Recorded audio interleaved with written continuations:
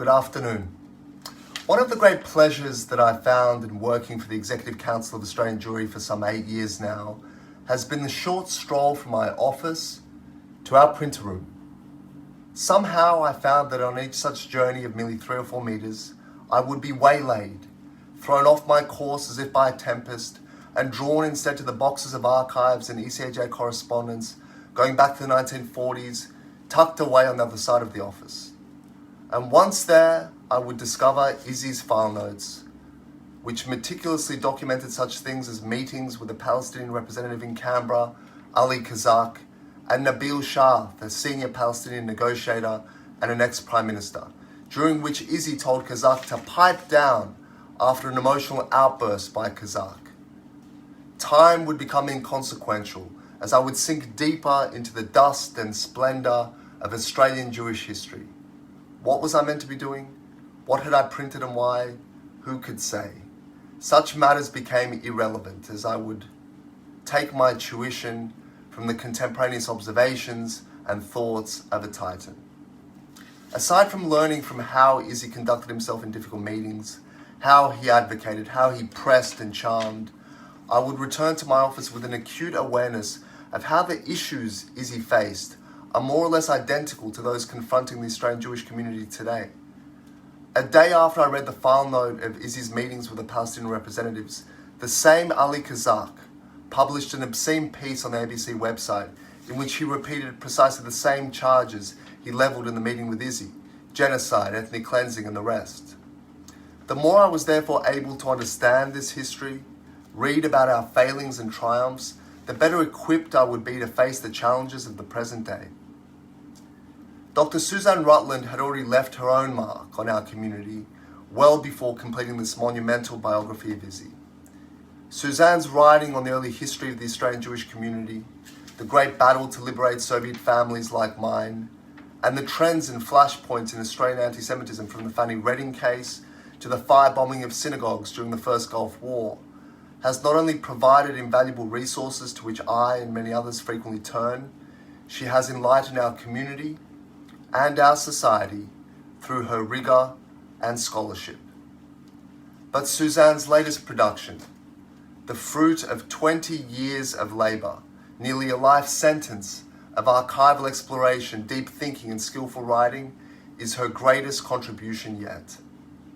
This book isn't merely a biography.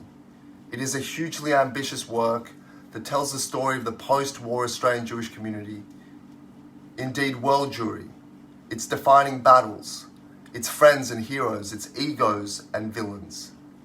Reading this book, it is difficult not to feel both overwhelmed and inspired by the breadth of the issues that converge on our community and our ability to overcome them one by one.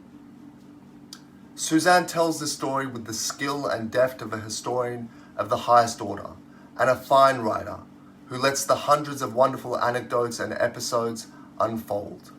Her writing is understated, unintrusive, and clear. Reading this book, I was left with a complete understanding of the qualities that defined Isi Leibler, indeed the qualities that are common to all great Jewish leaders. Isi was fearless, tireless, and brilliant. When a group of thugs rounded up the Jewish students at Caulfield Central School, forcing them into a woodshed and taunting them, an incident that may have triggered a sense in Isi of the manner in which thousands of Jews met their end in places like Zhedbavny and Bogdanovka at the hands of their neighbours during the Holocaust, Isi's response was to build an anti-bully alliance, which then, as Suzanne puts it, bashed them up one by one. In the years that followed, Isi would take on anti-Zionists in his own community, neo-Nazis and war criminals, authors who mendaciously justified the massacre of Jews by the Ukrainians, the might of the Soviet Union, and the corruption and vanity that threatened to paralyze the Jewish communal world and destroy its ability to fight for the Jewish people. Isi teaches us not only who to fight, being anyone who stands in the way of the rights and freedoms of the Jewish people, but how to fight. Suzanne shows us how Isi formed alliances with communists to increase pressure on the Soviet Union, strengthening his hand and fighting on fewer fronts.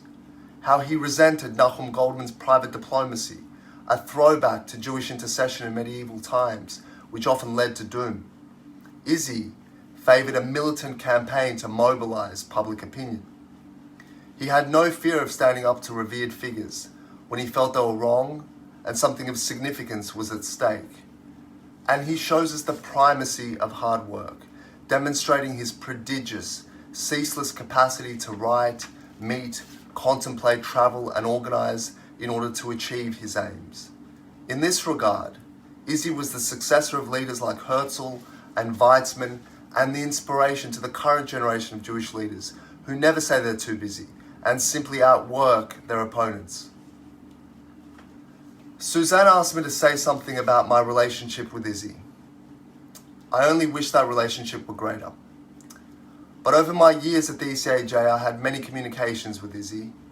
It began after I read Suzanne and Sam's Let My People Go, and I wrote to Isi to convey my deepest and most personal appreciation for what he did for me and for my family. I sent him the covers of the Australian Jewish Times and the Sydney Morning Herald, which featured photos of my family depicting the wave of refuseniks hitting our shores. I told Isi I was fascinated by his friendship with Emanuel Litvinov, that great chronicler of Jewish life in London's East End. Isi wrote to me after the publication of my first book to tell me I had a great talent for writing. I do hope that your current role does not restrict you from continuing to write, he told me. You are extremely gifted and articulate and passionate about Israel. You are thus in a key position to impact on the vast majority of uninformed Jews, especially on young people. Isi's advice and praise meant a great deal to me, and it still does. In writing this book, Suzanne has immortalized a truly great man, whose teachings can now guide Jewish leaders for years to come. By providing me with this comprehensive volume, Suzanne will also keep me set on my tasks and prevent me from getting lost on my way to the printer. Suzanne has done an immense service to the Australian Jewish community and its leadership, present and future, and for that, she has our deepest gratitude. It now gives me great pleasure to declare this wonderful book officially launched in Melbourne, and to close by thanking my fellow speakers Mark Leibler and Sam Lipski, to express my condolences to Mark and the entire Leibler family, and to commend the great mensch Sam Saltzman for his dedication and agility in putting this event together despite some challenges, and to now introduce the author, a treasure and a dear friend, Dr. Suzanne Rutland.